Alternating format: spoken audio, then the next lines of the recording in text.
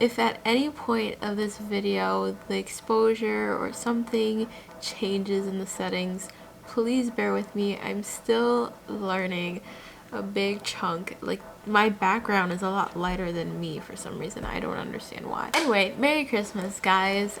This video will probably be uploaded either the day of Christmas or the day after Christmas, but Merry Christmas. This is going to be a little bit of my testimony. If you don't know what a testimony is, basically a Christian term for like telling your story, telling how you came to Christ, just basically your story. It's like a fancy term that we like to use to talk about how God has really worked in our lives. So whenever we ask other Christians, we're like, hey, tell me your testimony.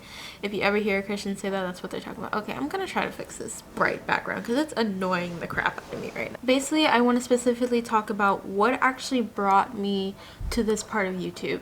Now, I actually was on YouTube. I was doing like music. I thought YouTube was just a platform to put out like music videos and stuff like that. So I would do cover playing guitar, and that would be how I would upload on YouTube, do cover songs.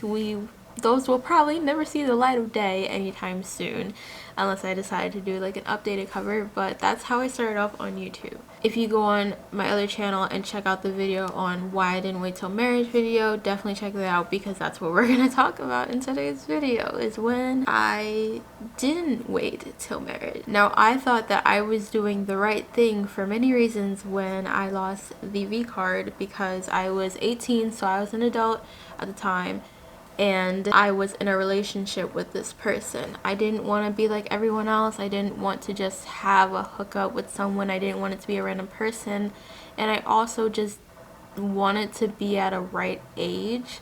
So I guess I just waited until I was an adult. But at the same time, it was kind of like peer pressure-y because the college that I went to did not do well for my morals, and I definitely fell into peer pressure. I'm not going to get in detail with what we did, but I wanted to try different things, and I was just very vulnerable with this person. I was very vulnerable, and of course a lot of emotion is involved when a lot of people don't realize that you're creating soul ties with the person that you sleep with. And that is why God encourages us to wait till marriage, because sex is intended to combine two people. That's what it was meant for. One of the main reasons why sex was created is for the two to become one. So when you do have sex with someone that you're not married to, you're creating a soul tie. So no wonder when homeboy or homegirl comes back around, you can still have some type of weird feeling toward them, or you question why you can't let go of that specific person. It's because you're creating a soul tie with someone that you shouldn't have created that soul tie with in the first place, because they're not the person that you're supposed to be connected to.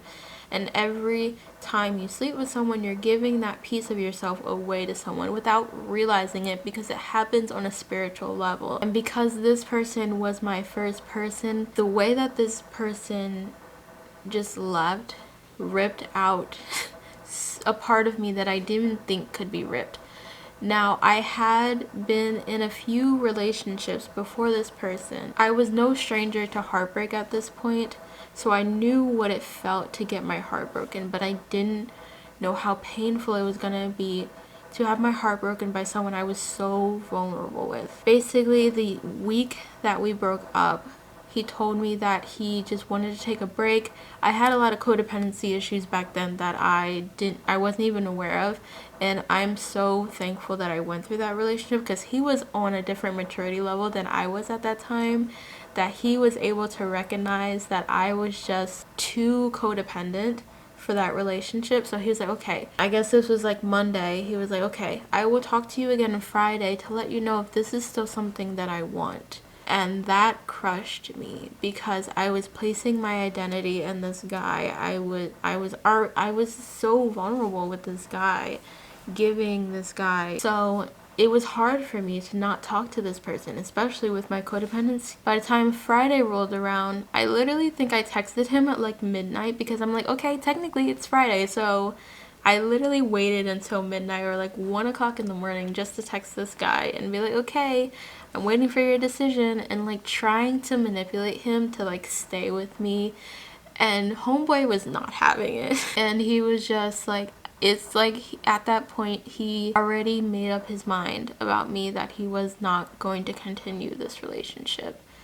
And so when he told me that this was the end, honestly, one of the hardest things, I think this specific video was placed on my heart for a reason, because it helped me remember why I started YouTube. I think I was crying so much that I just ended up going to sleep. I woke up that same morning, like hours later, probably in the middle of the day, and literally when I woke up, I was like, I am going to research how to get over a breakup, and I'm going to film a video about how to get over a breakup. It was funny because I had just started going through a breakup, so what did I know about getting over a breakup? Like, obviously, yes, I've been through breakups before, so I kind of had an idea, but the fact that I had the audacity to make a video about how to get over a breakup when I had just been broken up with a couple hours prior. So yes, I get my things together. I wrote out a list of all the topics that I'm going to talk about, or like things that I'm going to put in the video. Pulled out my phone or whatever camera I had at that time. It was probably the same camera I used for like my covers back then. And I filmed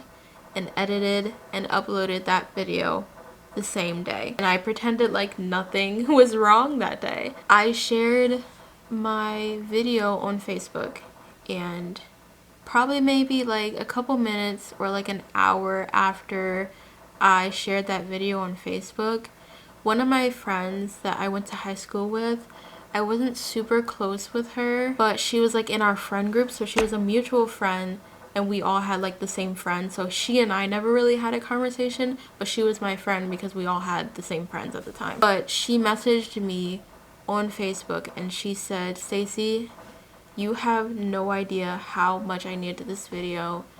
This video came at the right time. Because of her sending that message, ever since then, I realized that YouTube is definitely something that I just had to do. And it's something that has stuck by me for the past 10 years. And all I've wanted to do was create videos to help people, and create videos to help someone forget about their day, or like bring positivity, put my 2 cents into the world and make someone feel better, let someone know that they're not alone. For the past couple of days, I've been thinking about my journey on YouTube and how far God has brought me. No matter what happens in my life, YouTube has always been there, or like creating videos to help people has always been there for me, no matter what season I've gone through ever since that day. I think God has definitely reminded me of that, because I truly think that God has definitely allowed me to be on YouTube simply because the things that I've gone through in my life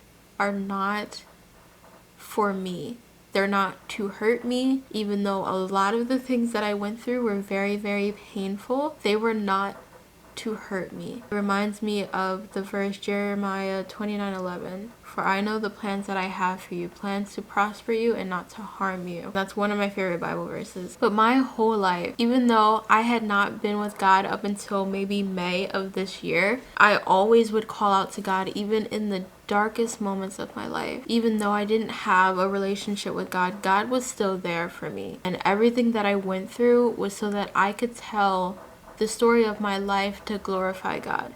I could tell the things that I went through, I got through them and I came out stronger on the other end, because God wanted me to specifically still be here to share this story with someone. I know that someone needs to hear my story to feel encouraged. I know that someone needs to hear the things that I went through so that they don't feel like the same loner, nerdy girl. A lot of the things that I went through was because I didn't know my own value. A lot of the things that I went through was because I'm like crying. A lot of the things that I went through was because I was lonely and I didn't love myself. I was surrounded by so many people that loved me. I had a God that loved me so much and gave me life. But I didn't love myself.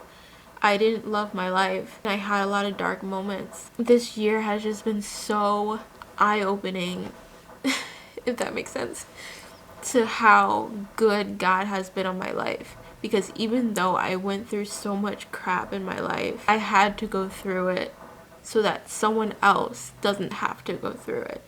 And if I can make a video to ensure that another little girl does not have to suffer the same way that I did, I have done my job. Everything that I went through was worth it. All the heartbreak, all the bullying, all the lonely nights that I cried by myself under the covers, even though I shared a room with most of my siblings. The times where I was self-harming myself to the point where I was considering suicide. All those things I went through because someone else needed to hear my experience, needed me to be real and authentic here on YouTube or on TikTok or social media and hear the things that I went through so that they know that they're not alone. I didn't have this growing up. Social media wasn't as big as it is now when I was growing up. If I had that, I would be in a much better place. But because I went through that, another person who is in the same boat as me does not have to go through the same things that I went through.